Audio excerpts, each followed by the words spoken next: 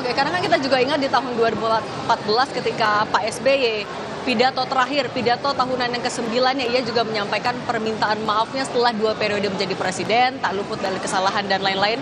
Secara terbuka dengan segala kerendahan hati juga melakukan itu permintaan maaf. Nah, kalau dari Bang Doli mewakili partai politik yang berada di koalisi pemerintahan, apa yang sekiranya akan disampaikan Pak Jokowi?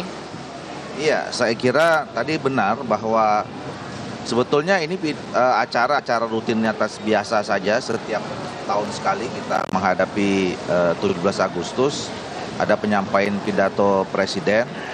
Ya betul bahwa nanti akan yang disampaikan adalah bagaimana program-program setidaknya selama setahun ini sudah apa saja yang dilaksanakan.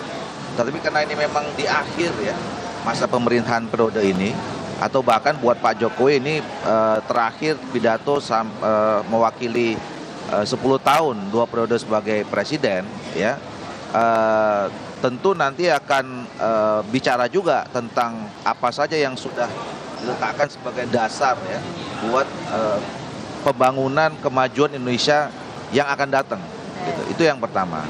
Yang kedua, saya kira karena ya kita sudah sama-sama mengetahui hasil pemilu kemarin bahwa yang terpilih adalah Pak Prabowo dan Pak Gibran yang kemarin dalam kampanye-kampanyenya adalah salah satunya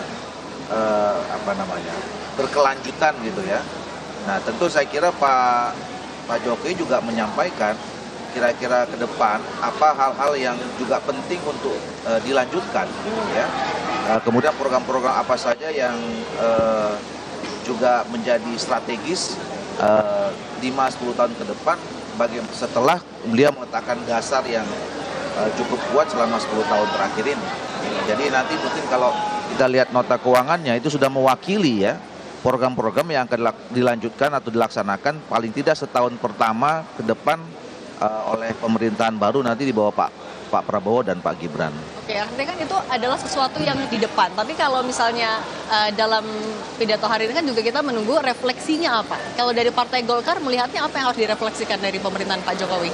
Iya, saya kira secara umum ya, overall banyak hal-hal yang juga sudah dicatatkan ya oleh pemerintahan Pak Jokowi dan Pak Prabowo ya.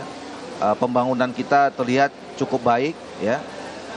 Misalnya salah satunya ya yang sangat fenomenal itu kan adalah di periode ini dimulai proses ya pemindahan ibu kota negara kita yang baru yang kita sebut sebagai Nusantara itu.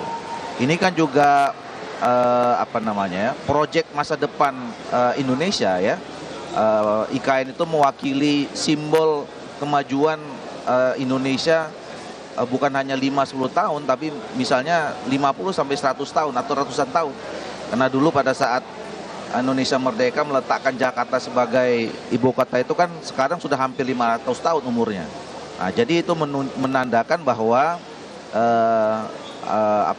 pemerintahan ini sudah meletakkan catatan sejarah untuk menatap masa depan ratusan tahun ke depan gitu. Nah, ini yang juga saya kira menjadi catatan. Nah, yang lain banyak aspek-aspek yang memang sudah terjadi kemajuan ya.